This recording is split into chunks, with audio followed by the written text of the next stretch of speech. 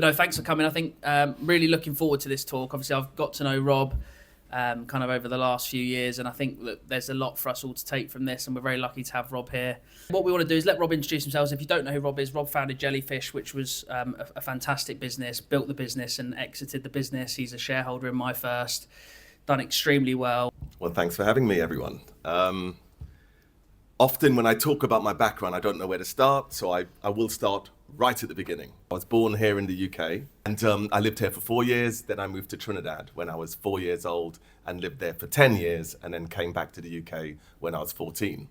And the reason I bring that up is because there was a lot of change, and obviously coming back to the UK, I had a thick Trinidad accent, everything smelt different, the food was different, the culture was different, and I went straight into a state school in Red Hill called St. Bede's, and here I was in the UK, looking at all the opportunity ahead. And I went through my GCSEs and A-levels, didn't quite know what I wanted to do. In my A-levels, I did art, graphics and technical drawing, and physics. And so I kind of right brain, left brain, again, not quite sure what I wanted to do. And then this opportunity came along. And for all of you that may or may not know IBM, it was, the top computer hardware and software company. And I had an opportunity to do a computer studies degree. We didn't have a lot of money here in the UK. My parents split up and I came to the UK with my mum. And so looking for an opportunity where I could be sponsored to do my degree. And IBM did a sponsored degree where you do 3 years with them with a guaranteed job at the end. Obviously, it was a very popular course, so I did all the application form, which was a very long. I've got formitis at the best of times, but I got through the form, and you'll be happy to know I got invited to Portsmouth for a 2-day assessment. And this 2-day assessment was, a very, very hotly contended for, and it was all about lateral thinking, group sessions, role playing, interviews. You were even assessed when you had dinner overnight. And the even better news is that battling against all these people, I actually got that letter and it offered me a place, which I totally changed my life. I've turned my life around. I've got this I'm going to do my computer studies degree, guaranteed job at IBM, I'm off. The bad news is I didn't read the small print and it said pending your A-level results, and I subsequently went on to fail physics. And they retracted the space. I had told everybody this was my big opportunity. And I think that moment kind of, when, like with Batman, the little boy and his parents get killed and he thinks, and it brings something out in him. I thought to myself, how on earth can you put me through 2 days of hell, assess me in every way possible, and then an arbitrary curriculum for an hour and a half of my life, I didn't perform on that moment, but yet you did two days of assessment and thought I was the right person, and then retract the space. And I think deep down, subconsciously, I said to myself, if ever I was in a position where I was the leadership of a business and I was choosing people, there is no way I would make that type of decision. And then it became important to me not to look at people's exam results and credentials, but to look at them, their aptitude, their values, their personalities, their potential, aptitude, all of those things. That became the most important thing to me. And that's sort of one of the things that manifests itself in the way that I ended up running Jellyfish in the end. So missed out on IBM, didn't have a plan B, went into Gatwick Airport, got into a retail job, actually ended up in Sunglass Hut. Started there as a sales assistant, very quickly became an assistant manager, found that sales was quite fun for me, and also the merchandising. I was very logical, so KPIs and gamification of what we were doing, all of these things really resonated with me. So I started to learn that and found that I really excelled. In the end, ended up running the North Terminal Airside store as a manager. And out of 2,200 stores, it became the #1 store in the world. And that got me noticed within the organization. I even had a bonus scheme where they never thought a multi-million store would actually be able to grow that much. So I ended up being paid pretty much the highest person in the company, and they had to then either change the bonus scheme or get me out of that situation. So their best plan was to promote me to area manager, which had a different bonus scheme. And then they changed the scheme. And so then I went to area manager, regional manager, and in the end, 7 years later, from not having a plan B and not knowing what I wanted to do, 7 years later, I was the sort of head of sales and operations and marketing for Sunglass Hut for Europe. And then I moved on to work for an entrepreneur who had a retail chain and a manufacturing business, worked for him in Southampton, did loads of great things. And then that's the point where I'm going to weddings and stag do's. I'm 31 years old, and I'm bumping into this guy. He has an IT consultancy in Reigate, and he keeps telling me about his ambitions and that he thinks digital marketing is a great opportunity. He's looked at me. I'm at that point, the entrepreneur that I was working for took good care of me. I made him a lot of money, but he took good care of me. I'm driving a 911. I'm wearing nice clothes, going on holidays, and he's thinking, I want a piece of that. And he goes, so what do you do? I told him, and after about a year of constantly talking about this opportunity, I said, okay, I'm going to quit. I'm going to come and join you. We'll consolidate what you've got with your IT consultancy, get rid of all the IT support and the network support, and we're going to create a digital marketing company. It was called Avondale IT at the time. I mean, sounds like you should be selling caravans or something. I said, no, this is not going to work as a media company. We are going to rebrand. And then we went through the process, and then we ended up with the brand Jellyfish. How we did it, everybody asked. We sat in a room, and it was about 6 of us, and we went from A to Z, and we just said, say the first word that came into your mind. Of course, they started with Apple, so that's taken. And then so we went on to a few other names. And then we went to the pub, just went through all the names, and just kept coming back to Jellyfish. And no reason, no science. A brand is what a brand does. And what we wanted to do, and we thought like Virgin and all those other brands that you think, Google, Dell, Sony, they don't really mean anything. It's not about the word. A brand is what a brand does, and we wanted it to be that in this industry, Jellyfish is synonymous with great people, with great product, with great outcomes, and that's what we set out to do. So we started Jellyfish in Reigate. This was 2005. Started Jellyfish the same time that I had my daughter. So my daughter Ria was born in 2005. And there were these two things in my life that I can reimagine what they're capable of every single day. Instill the values, make sure that you give them all of the right guidance and support. Learn every day, because no one taught me how to parent, and certainly no one taught me how to be the CEO of a company.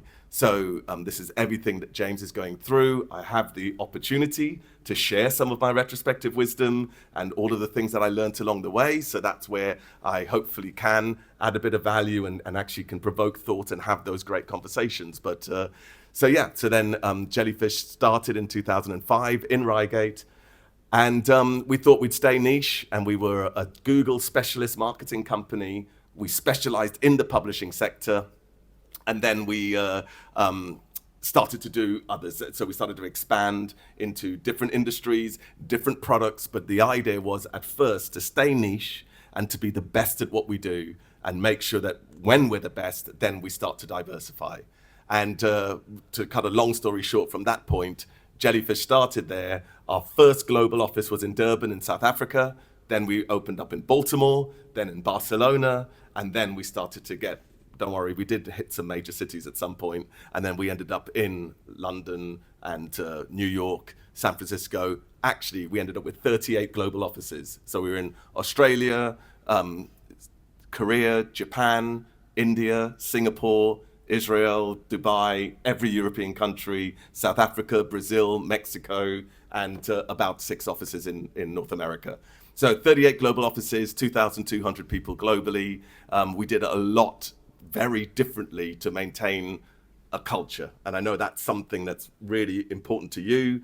I can tell, the intangible buzz at 8 o'clock in the evening when I walked in this room today is incredible and incredibly inspiring. And it's all natural to you, you're all doing it, but the impact you have on others around you, and because culture is a symptom.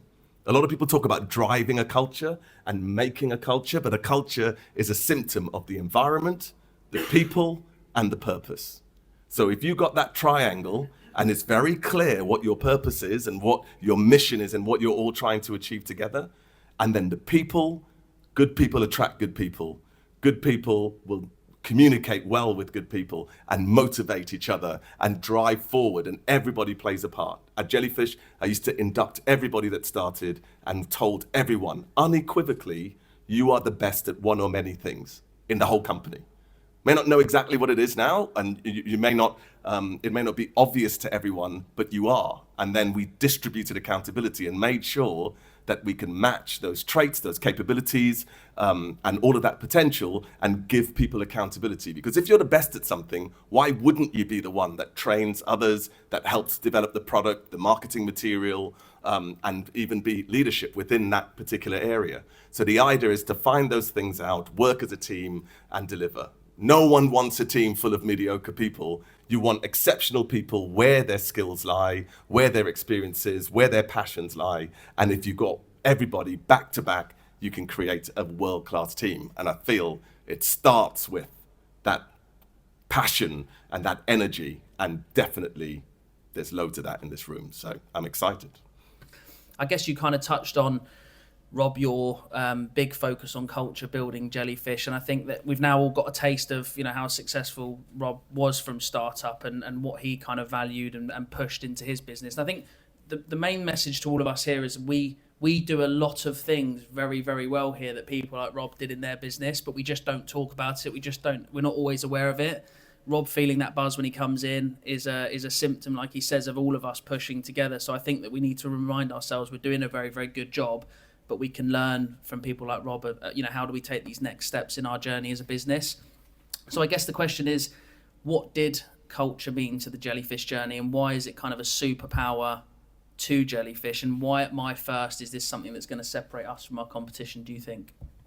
Yeah, so I think when it comes to culture, it's how it manifests itself in performance, but also as an example. So I could look at very hard metrics.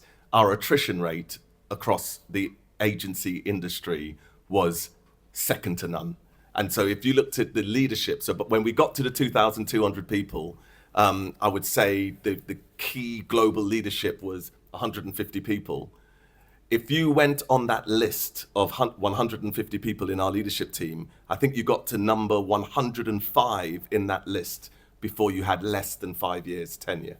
And obviously, not everybody was even there 5 years. So who knows what that list would be. There were so many people that were there for 10, 12 years.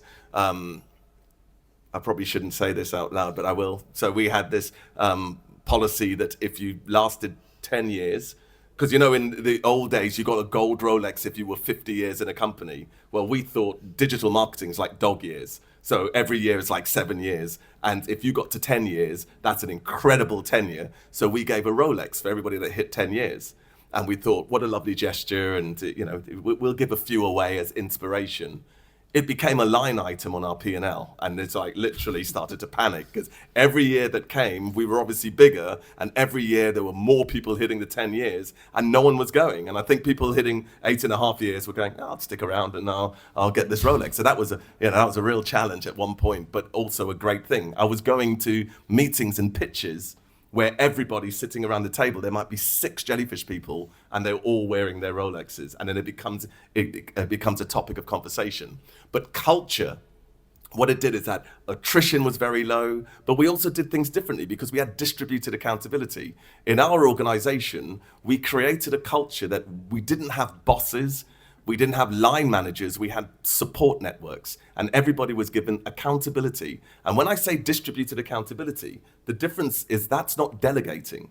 You don't hold on to the accountability and then make somebody else responsible for delivering it. What we did is that we found out who was the right person to do a particular initiative, and we distributed that accountability.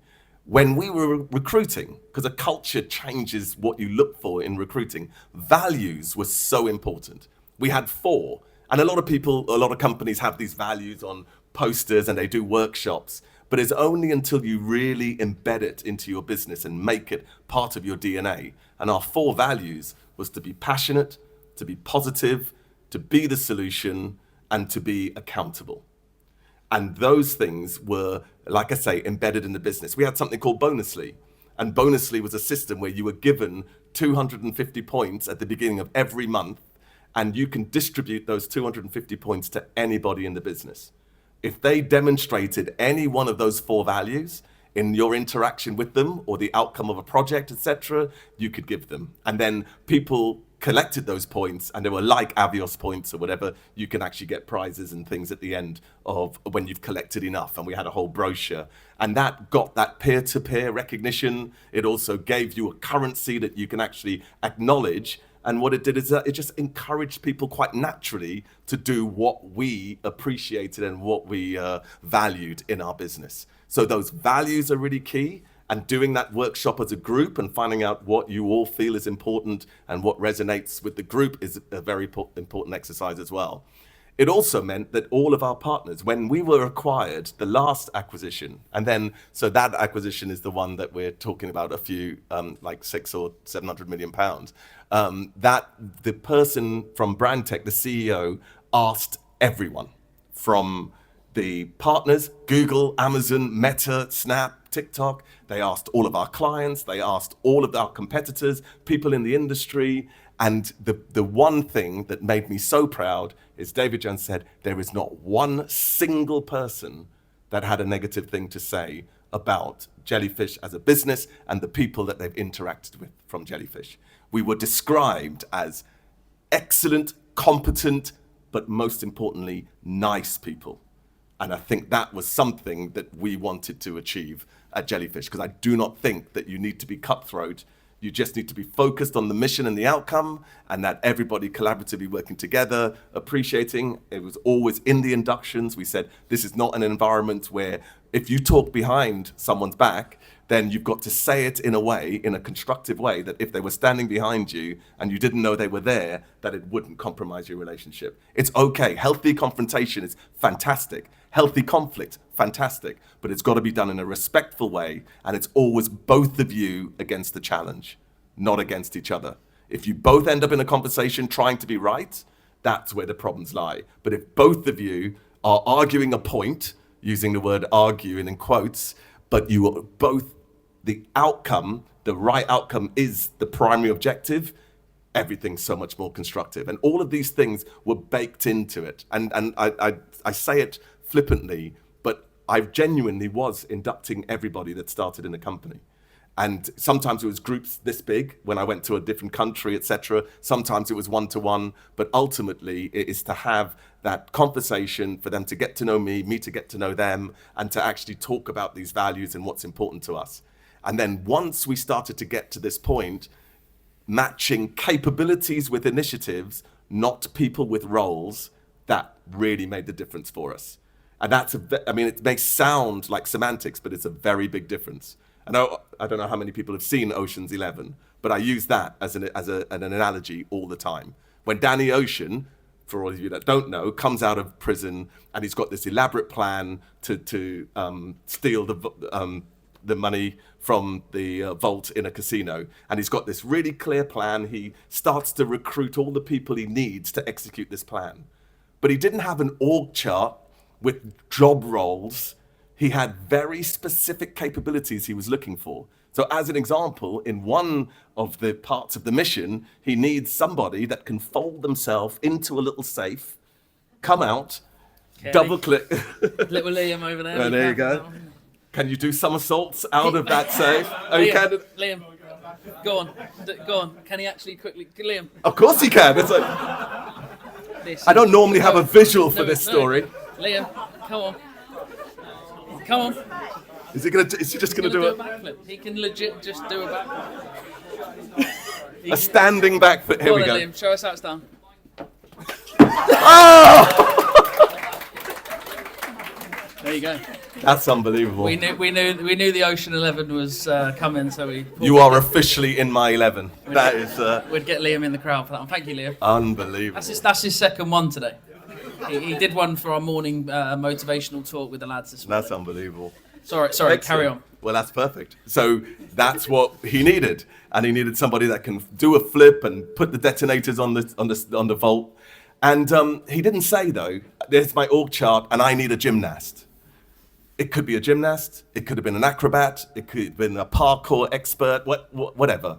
So it's more about what are your capabilities and your ability to deliver in part of an overall plan. So I think that's where we need to get to. As soon as we came to that realization, we recruited differently, the questions that we asked, and everybody was able to adhere or to be part of the team and display their superpowers. Now, don't get me wrong, the big problem is a superpower always casts a shadow. Every one of our strengths also casts a shadow. We cannot be great at everything. And so many people create these job roles and then they concentrate on the things you can't do or you're not doing. And that's where things go wrong. So if you could get everybody concentrating on where their core traits and their capabilities and their skills, knowledge, experience, and passions lie, if you can drive that forward, and if there's certain areas that's not their strength, you get somebody else in the team to go back to back with that person, that's what's going to make all the difference. So that I think that's why culture, it just creates a very different platform and environment that people can excel. Yeah, I think for all of us here, we don't have necessarily the experience of Rob. And so I think for us, we can learn a lot from hearing these points from Rob here, because Rob is able to talk, having looked back on a journey where I suppose going through it, you don't know all of these bits, but on reflection, you're able to understand what worked and what didn't work. And I think there's little bits that we can take from it. From my point of view there, I think the support for one another is massive. I think that we don't, not because we don't mean to, but sometimes perhaps we don't support each other as much as we could. And I think trying to support each other, if you know you're good at something, put yourself forward, help each other out. And Rob's right. I think if you're always working towards an outcome, a bit of conflict about how to get the best outcome is not a bad thing, as long as we're all pushing together. And I think generally we do that very, very well here. I think generally we are really united as a group. But to have that thought in the back of our minds going forward after today, I think would be healthy, and that it shows that there's perhaps more we can do. I guess moving on from that particular point, would you say, and maybe this is something for everyone to kind of, maybe people will be thinking this, are these things that you pick up at the end of the journey, or are these things you're consciously thinking about as you're going along? Because I think, is it a case of us just trying things, working together, figuring out what works, or is it, talking to people like yourself? What would you give the advice to these guys? How can we constantly improve what we're doing here while we're in the moment? So just like a campaign, you would know about this. It's test, analyze, and refine. So that basically you do something, you make sure it's measurable, you test the results, and you refined your process. And the SAS, one of the things that they say is just like every single mission, they come back, they debrief, they look at the people, the methodology, and the technology they used, and they look and see if they can improve it. And if you do something 100 times and refine it every single time, you won't be beaten. Yeah. What would look like a more talented team or a more creative team or more possibly just individually experienced team, but if you've got a methodology and a productized way of doing something and you just keep refining it, because good judgment comes from experience, but experience comes from bad judgments.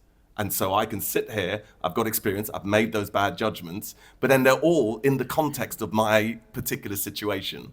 So the other thing is that not believing your own hype and sitting here and thinking that you know everything and that you're like the one-eyed person in the land of the blind, thinking I know the answer to everything. That's not true. And I would actually urge people to build upon what some of the case studies and the use cases and the methodologies that I've used in the past, but it has to be applied to this specific opportunity and the scenarios and the challenges that exist in this business. So definitely it is your own journey, and that you need to create an environment where people do not feel that they're going to be reprimanded. You've got to mitigate the risk, but more is lost from indecision than wrong decisions. You've got to actually, if you put the right guardrails in place, you need to create an innovative environment that people could be creative, people can try things, because you could easily reverse out of something that's not working, but it's very difficult. It's a flowing river. Opportunity is a flowing river. And if it's gone, it's gone. You cannot get back an opportunity that you've lost if somebody else has captured it, or it's not the right time. So and that all comes from communication, feedback, constantly between departments, people, teams, talking, sharing learnings, looking to improve. I think that's the part that we all have to play in what Rob's talking about there. I think that's very, very important. And again, the right people, the right intentions, That's what I go back. Every time that something happens, if somebody's got the right intentions, you can work with that. That's what I always think. If you assume that in Jellyfish, because we changed from managers to support networks, we had HR professionals called people partners. And when somebody's not performing, and again, there's very clear measures, etc., they didn't want to go and reprimand that person. They would actually assume that person wants to do a brilliant job. So their first reaction is to say, well, I've noticed for whatever reason you're not showing up or you're not achieving the right results. What's the matter? They assume something else is wrong. It's not you or your appetite to do a great job. How can I help you? What can we do to actually support you to start performing again? And we had work health dashboards where people were measured on their performance. But I think what athlete, as an example, if you want to be a high performance team and you object to being monitored and measured, that's ludicrous. And it's a bit like, I always use the analogy of a Fitbit. If, for example, our mission was to do 10,000 steps a day, why would you not put a Fitbit on your wrist? And you can look each day, I did 6,000, I did 8,000, I did 7,000, I did 11,000. So then actually next time you got the choice of getting on the tube or getting a taxi or walking, you know on your Fitbit, it's going to change your behaviors. Measurement, you cannot affect change without knowing what's happening. So again, not being scared in a high performance environment, not being scared of being measured once the measurement is for you.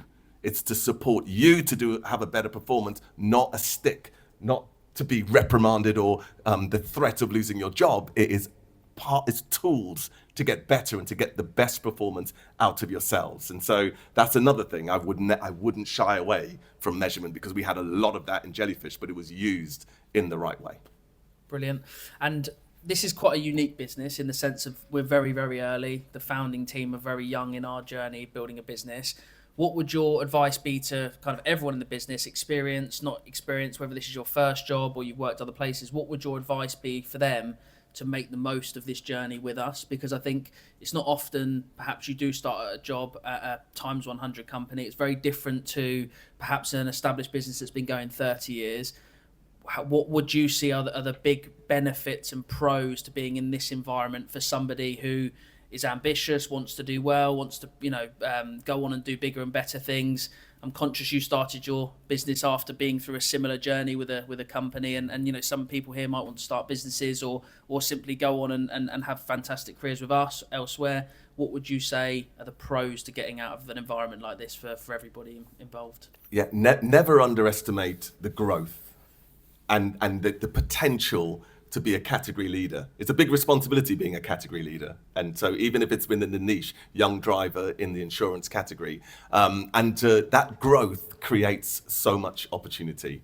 And not every company can grow at the rate that MyFirst is growing. Admittedly, if everything the way it looks at the moment and all the forecasts are correct, to be in a times 100 3 years in a row is an extremely small cohort. Getting in it the first time is amazing. But to be able to demonstrate 3 years in a row compound growth that is leading in the top 100 companies in the UK is phenomenal. So never underestimate the environment and the opportunity that comes with growth. But also, like I said, to be chosen to be in the DVLA guides for the theory test, and you're in there on that page because you're a recognized and ethical supplier, and you can't buy your way in there, can you? It's because of the Trustpilot. So the brand equity is incredible. You got the chance, and if you create the right culture and you continue with your the results and the Trustpilot and the way in which MyFirst can expand its product portfolio off the back of that, the essence and the equity of that brand, and for you to put that on your CVs, on your LinkedIn profile. I once said at Jellyfish, I knew Jellyfish made it.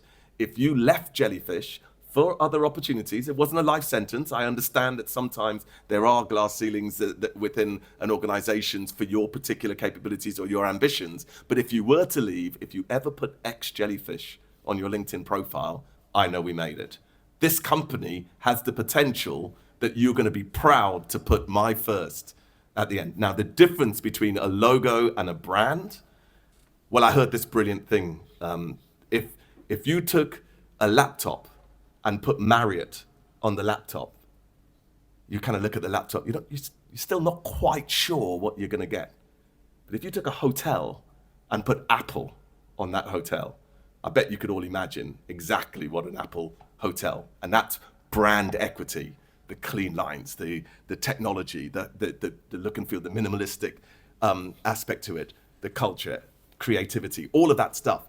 That's what I think you do not want to estimate. You've got the chance to build and to mold what MyFirst stands for and what that brand equity is. You've got the chance to continue with your careers, to get exposure to new things and to learn and to advance your careers. And then at the end of it, you've got that experience. And if we get that culture right, and that you're able to distribute accountability and take ownership of things, you can learn. You can learn to be a leader. You can learn to be a CEO by just taking accountability. I give advice to people in their careers: do the task or the initiative, as small as it may seem, but go as small and inconsequential as you can, so that the company will give you full autonomy to do it.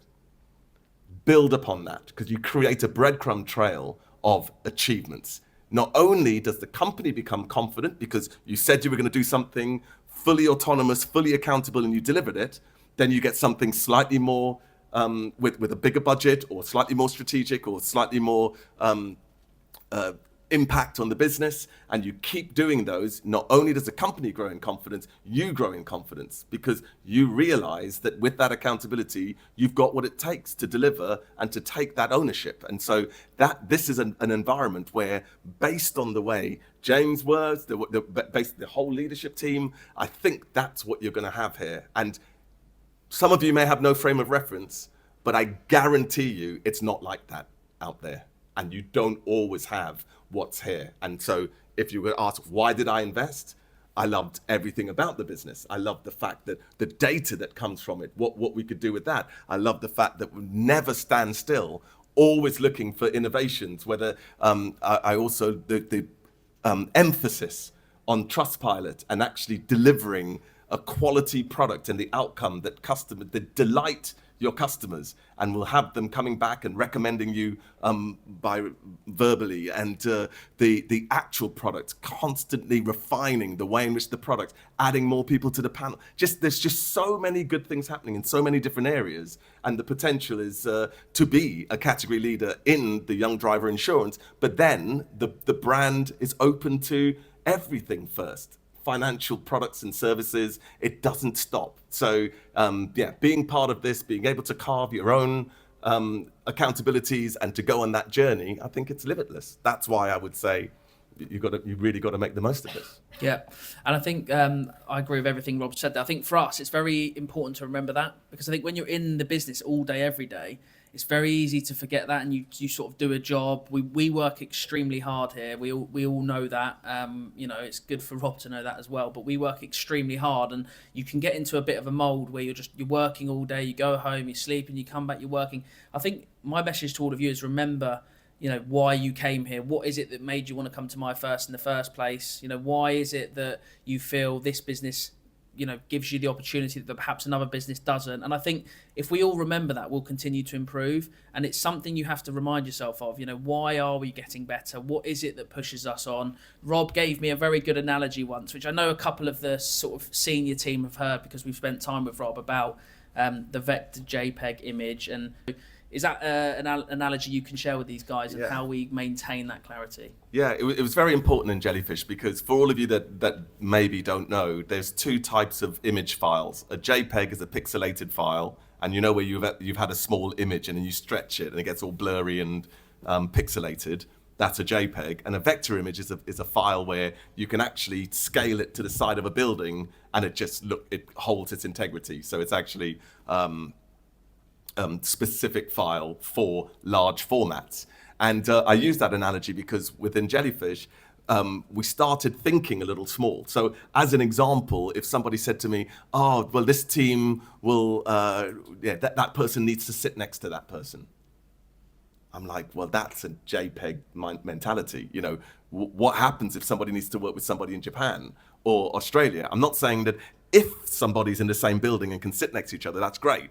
But we need to build a system. And then technology-wise, if you have a global business or you have 10,000 people, how are these processes and these systems and architecture going to work if you scale it? And so everything we were doing at one point, we were thinking it may work today, or your solution that you're putting in place may work with the current size and the organization as it stands. But just think, if you were 1,000 people in multiple offices, does what we're setting up now work? Because it's often very hard. You build technical debt and process debt into your business, and you have to retrospectively untangle that. It's very, very difficult. So many businesses, when you think about it, have these Frankenstacks where they just piece it together and it works for what you've got today. And the minute it just starts to break as soon as you start scaling it. So I use that analogy because several times at Jellyfish, somebody would come to me with a process or a proposal, and I would say, is that a vector? If we were to triple it, is it going to stand up and is it going to maintain its integrity? So that's why I use that. And you're exactly in that spot right now where it's worth putting in the time and thinking about, am I setting this up for the opportunity of growth and scale? And it is happening. Yeah. That's certainly something that I've observed in the business. And also systemizing and productizing, making it repeatable. Anything that is repeatable and predictable, AI is making it that it doesn't even have to be predictable, but make sure that you're using that triangle, you're using technology where possible, you're refining your methodology, because everything we did, we systemized because it required human resource, technology, and methodology. And that triangle, if you can balance it correctly, if you can make sure that as much as technology and that you're constantly questioning the methodology and refining that, then every time you systemize something, then you can repeat it. And just almost think franchise, like McDonald's. If you open another McDonald's branch, everything is laid out exactly how all the supplies, all the equipment, all the methodology is all the same. That's how you maintain that standard. That's why you go anywhere, any country, you know what you're going to get. So if you can actually systemize and productize and package everything that you're doing here today, if ever you expanded to other countries or other offices, etc., you've got the infrastructure, almost like a franchise, that they can deliver the same level of and the same standards. Yeah, I think that is it's a great analogy for us. We're a little JPEG business at the moment. As we start to grow, we've got to make sure the image is as clear when it's 5 times as big as it is today. At the moment, the culture's clear. What we want for the customer is clear, the drive is clear, all of that is very, very clear. But as you get bigger, traditionally businesses start to fall away from their core values, and that's what we kind of talk about is, you look at much, much bigger organisations, they tend to lose their way. So for us all, it's very, very important as we continue to scale, whether it's in the armour business, whether it's in a department, whether it's in sales, whether it's just the MyFirst brand, whatever it is, we've got to keep those core values very, very crystal clear as we grow. That's how we'll be a bigger successful business as opposed to a business that just becomes like everyone else. And I think that's very, very important for us all to remember. Does anyone have any other questions or anything prompting to mind? Jerry has something over there. Yeah. How many hours of the day would you concern yourself with making sure that the customer journey was identical in Brazil as it was to Durban, as it was to Portsmouth? Or did you bake in the nuances in different cultures? So it was almost like manufacturing a car. I think we had the standard model was totally buttoned down and was the same. And then you had a few customizable aspects to it. So, it might be that more people would buy the convertible white car in Dubai, and here in the UK, you would buy maybe a darker color car, and in Dubai, air conditioning was absolutely the most important thing and possibly more powerful. And here, heating, all those sort of little nuances. Yeah, we still made it customizable, but the whole business, it wasn't just the product, the whole business was designed to make sure there was continuity. So we did things like we eradicated country P&Ls. So we had MDs, but they looked after an office, but we had one global P&L. Every single person that worked across the world in Jellyfish was a Jellyfish global employee. They were accessible to anyone And so we didn't have pockets of resource. Everybody could be accessible. And and like I say, these capability graphs. So we knew what everybody was capable of doing, so we can match initiatives to people anywhere. We had a resource system that can spot where people have capacity, so billability, especially for a consulting business. People and time is our inventory. And again, time's a perishable good. You cannot do last week. You can't use those hours. So every single week that goes by that you didn't use all of the capacity, it's like a greengrocer having to throw away all the apples and pears. So so we made sure that everything was global, that everything was systemized and productized, but we still left enough room to tailor and customize for the nuances of each market. I think one thing that I would say, having listened to Rob myself, which is really, really important, which he touched on early on, is kind of people finding their superpowers and what they're actually really, really good at. Because sometimes you don't necessarily know, especially if you're early on in your career, you may take a job, if we take hypothetically, you may take a job in customer services or sales, but actually you will develop a skill set or something along your journey with us where you can excel and take ownership of other things. And I think it's really, really important. And we encourage, Rob encourages to me, and I deeply encourage to all of you, start to talk about those things and start to share those things with us and start to share it with your peers, because what you're doing today is not what you need to do with this business forever. We all, shift and move and play different roles and everything else, but it comes from you guys expressing that initially. We will look to see where we think someone is very good in this particular area or that particular area, but actually I think for your own journeys, it's really important that you're aware of kind of I think I could be really good at this. And, you might have a creative flair, but you're not in a department that allows you to utilize that and everything else. So really, I encourage you to talk to each other, to us, to myself.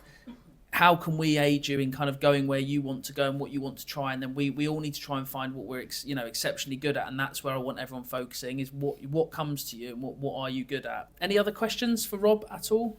Yes, Katie. Your biggest risk you were most afraid of in Jellyfish in the kind of more early days? Clients, because we were building upon recurring revenue, so we were building an infrastructure that required that ongoing revenue. We took on full time as we worked. We didn't have freelancers and didn't have as much flex in our team because of the culture and making sure that we had that ownership and a very unique way of working. It was constantly making sure that our churn was low and that we were bringing on new business to create opportunities. That was always at the back of my mind. Most other things, I think, we could deal with, and we overcame some of it by ensuring that we had exclusive partnerships and we were creating very unique relationships with all of the big networks and platforms like Google and Meta, etc. I would say that was always the biggest worry for our type of business. Then it was our reputation. It's maintaining the culture and not compromising. At one point, our thematic goal as a business was to be the biggest boutique agency in the world. And that sounds innocuous, and it sounds, like a very vague mission to be on, but only when you start thinking, what are the traits of a boutique agency? And that is normally a boutique agency is made up of people that were very successful in their careers and actually come together and start their own business. They've all got business acumen. They're quite mature. They understand communication is excellent because it's a small team and they all collaborate. People roll their sleeves up. And there's more about who's the right person to do something, not is it my role or not. All of those type of traits. How do you do that with 2,000 people? And so putting in the measures and the processes and baking that into the DNA of the business is, something that I always worried about, that we would lose all of those traits, but with our scale. And so, definitely put a lot of attention to make sure that didn't happen. Brilliant. And Fraser, I know that you had your hand up there as well. What was it you wanted to ask? Just interested about saying about measuring capability. Mm-hmm. Is it I don't know if it's how long is a piece of string question, but how would you say, maybe towards self-reflection, how can you measure your own capability or know where you need to improve? Well, so that's where we started. And good question. It was a great question. We started off with those spider graphs and you work out what are the criteria that we need to measure within our business. And then people sort of almost gave their opinions of where they are. But then the main thing is to put the measures in. That's the point. So it could be from the compliance elements of your role. There are very specific things that you need to do at a certain time. And then there's the actual outcomes and the agreed outcomes that you're looking for. And I was very keen on trends. An arbitrary target that you have to hit. The problem I had with that, so if we said Jellyfish needed to do 200 million in fee revenue this year, you're kind of failing until you hit it. But if you, every week, because we were on a recurring revenue model, if every week you had less churn and more growth, and you were trending in the right direction, I was much more keen to look at, in every way, trends. No different to exercise. If you're going to the gym, you're looking, you know what your goals are. It might be to be on Men's Health cover. I never made it. But, every day, you don't just suddenly go, I'm going to lift 120 kgs. What do? You just you slowly, incrementally trend in the right direction, dedication, and that's what I think we need to do. We need to think of it in the same way. We can't just jump to where we need to be and have a plan, have an outcome that we're looking for, visualize the outcome that we're looking for, and then just measure trending. So just having those KPIs, you don't necessarily need the target, is what I'm basically saying, but you do need to know what you're measuring and what you're aiming to achieve. I just wanted to ask, in your opinion, what are some of the key skills that you think marketers should focus on developing over the next few years, especially with AI and how it's changing everything so quickly? Yeah, I think absolutely the understanding the art of what's possible. So just at least knowing what technology is out there. I think the fundamental creativity, being able to articulate what your proposition is and who your addressable market is. All the fundamentals of marketing aren't going to change. How you get there, how you produce your content, how you deploy your campaigns on the different platforms. Ultimately, the ones that are going to win, the more it's commoditized and the more technology is doing it all for us, then the principles become more and more important. So just trying to find, and it doesn't, USPs often aren't unique selling points, they're just unusual selling points. And the idea is to have multiple unique selling points, multiple unusual selling points will then make you unique because of that, again, that exponential impact. But I would say concentrating on remembering what the fundamentals of marketing is that you want to try and find an appropriate audience and you want to put a message at the right time in front of the right person with the right message to persuade them to take the action that you're looking for them to take, and then understanding and having some sort of attribution model where you could know what aspects of what you're doing is working and what combination of that works. So it's about measurement, understanding measurement fully, understanding all of the technology and the opportunities and the platforms that's available. I would much rather that your budget was allocated to the low-hanging fruit of every single platform than to go deep on one of the platforms, for example. So, even if you have a little campaign on Snap and then a little campaign on TikTok and Google and Meta and then some above the line, I don't know. I just think just sticking to the principles is what I would personally do right now as the methodology is being commoditized. Brilliant. Anything else from anyone? Yes, Luke. When it comes down to hiring, if you were only allowed to ask 2 questions in an interview to find out if that person was right for your business, what 2 questions would they be? No pressure. Yeah. Well, absolutely. Only 2. Only 2. So the role which we moved away from. So the task or the initiative that you're coming here to do, how would you demonstrate that you've got an absolute passion for getting the results that we want? And passion isn't the loudest person in the room. Somebody would say, analytics, I just love it. I've got a blog and I do research and I talk about all the latest technology. That, for me, would give me everything I need to know. So definitely, because I think the key, if you're motivated and passionate to do something, you will always find ways and you will always wake up and do it and you will love it and you will be infectious in your pursuit of excellence because you're passionate about it. It's like everything in life. You don't even have to tap into discipline if you love something and you're motivated to do it. No one has to force me to get up and go and play a round of golf. You know, I never miss a tea time. I'm up, I'll just do whatever. The gym, I have to tap into discipline. And so I think that if you have everybody who's passionate about what they're doing, that you're going to have the number one team in the world. The second one I would ask is, I only have 2 questions. That's a great question. I mean, I used to ask so... You've stumped Mr. Pierre, which is Yeah. a great thing to be able to do. Well done. I know, too. Do you want to have a think about it? I love it. I'm just, what I'm actually thinking is what I used to do, because obviously in the early days, we used to do things differently at Jellyfish. So what I used to do is, because I didn't believe that in a real work environment that you have to make quick, like this. You don't have to suddenly make a decision. So I used to give people all of my questions 20 minutes in advance, and I used to leave the room and say, take whatever notes, do whatever, write whatever you want down. I'm not going to take that from you, but this is all I'm going to ask you.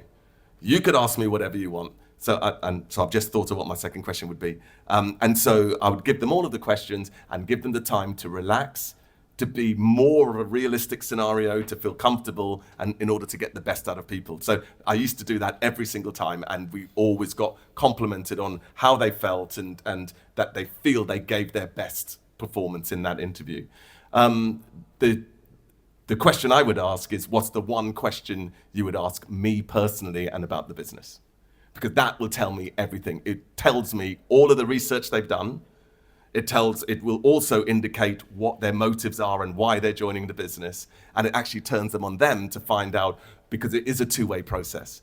And I think I was never that complacent or arrogant to think that it's all about whether we will take you.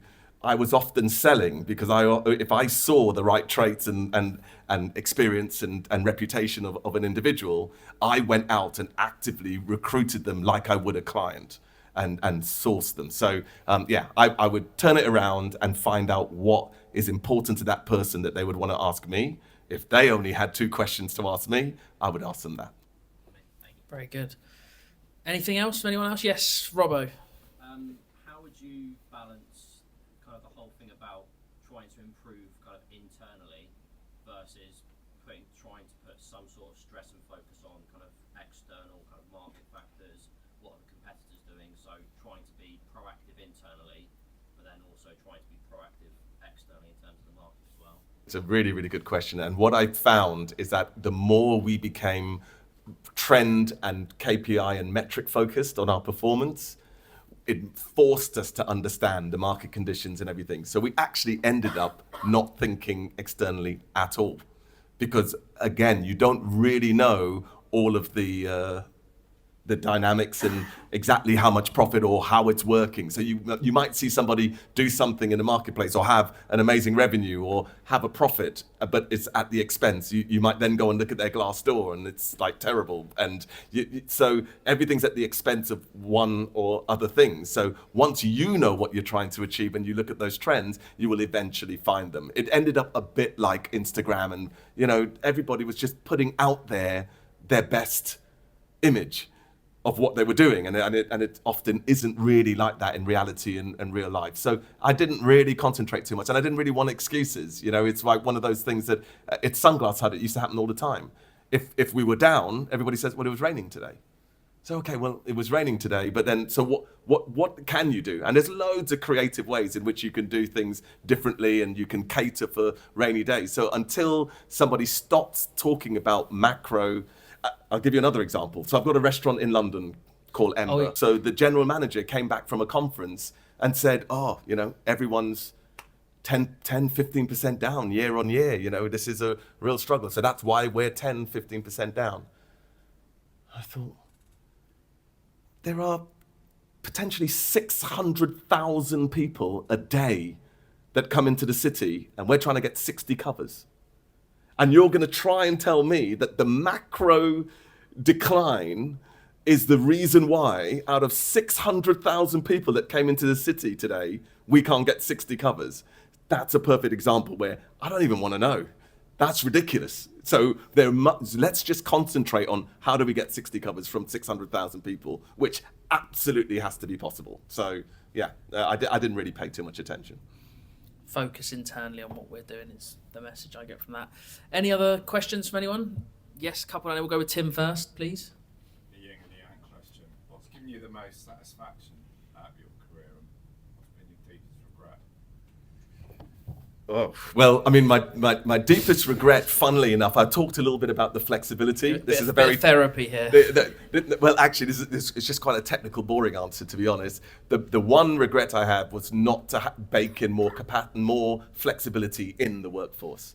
So instead of having 2,200 full-time people, I wanted 2,200 full-time equivalents, but I wish I'd tapped into like the mothers market, professionals that want to be flexible, have other things. But if we had 4,000 people doing 3 days, then we could always scale up, we can scale down, and there was a lot more flexibility. So not talking about vectors and being sustainable, I think that was one thing I would love to retrospectively go back. I'm not big on changing or having any regrets because, like I said, more is lost from indecision and wrong decisions, and also good judgment comes from experience, and experience comes from bad judgments, and all those things. So it was all part of the journey. It made us who we are, and those movies where you go back in time, change one thing, and everything's completely different. The bully's now the nerd, and all of that type of stuff. No, I don't want anything to change. I wouldn't want the Jellyfish journey to change in any way, shape, or form. So I don't really have regret, but that if there was one, it would be that.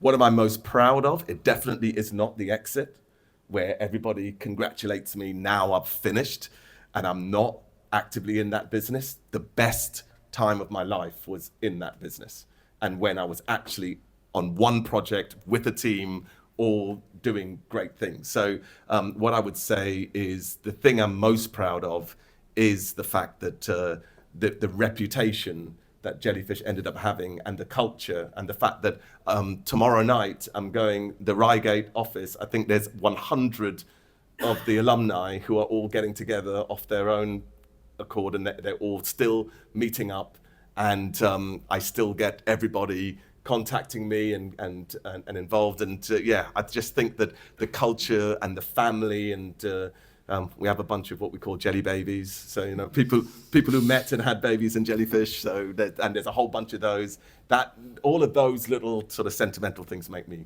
most proud. I think that's a great question that Tim's asked, but for us all to remember is like we're on a journey together, and sometimes you just forget that.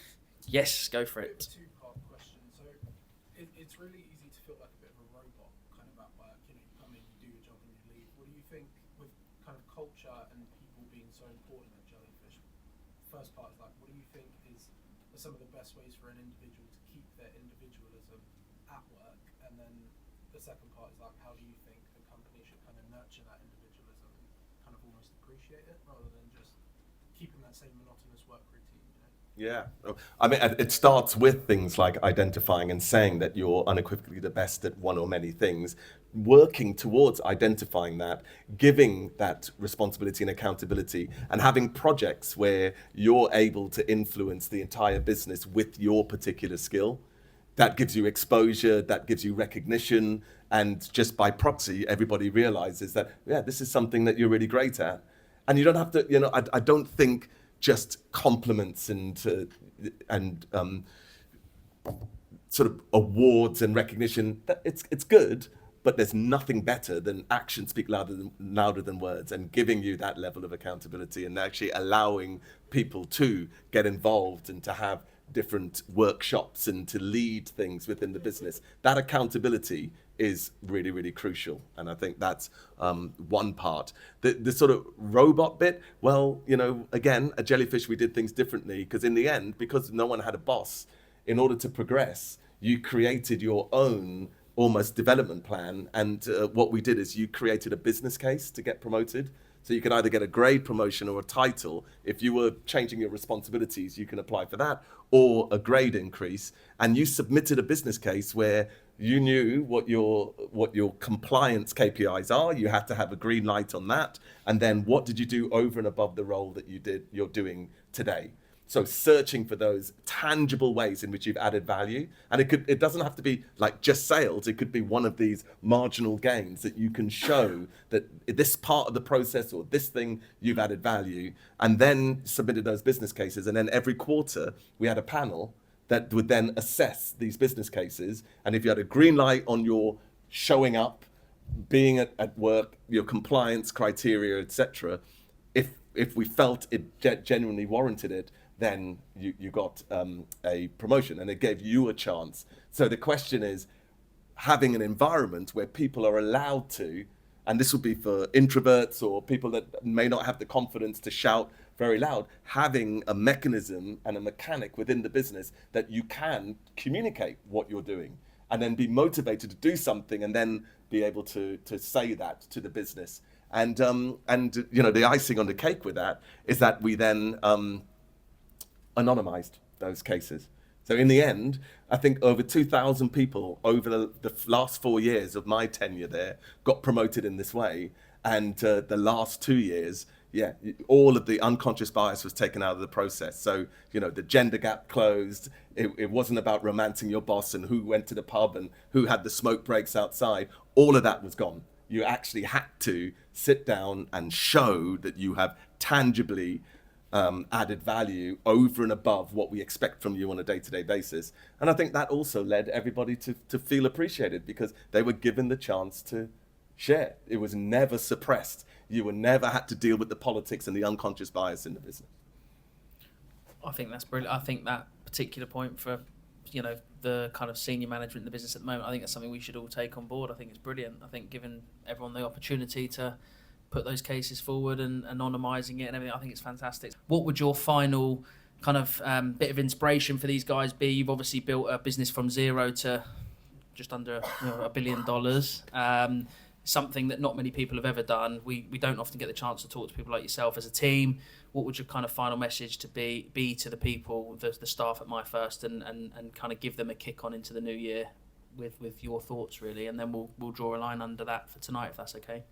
Take some time to figure out what your superpower is. You know, that would be your skills, knowledge, experience, aptitude, and passion. Find out what it is. Look at the business infrastructure and find a way to contribute the best you can. And always come into work and think about what you can contribute. As a group, there are so many organizations where everybody tries to see what they can take out of the organization. What's in it for me? What can I take?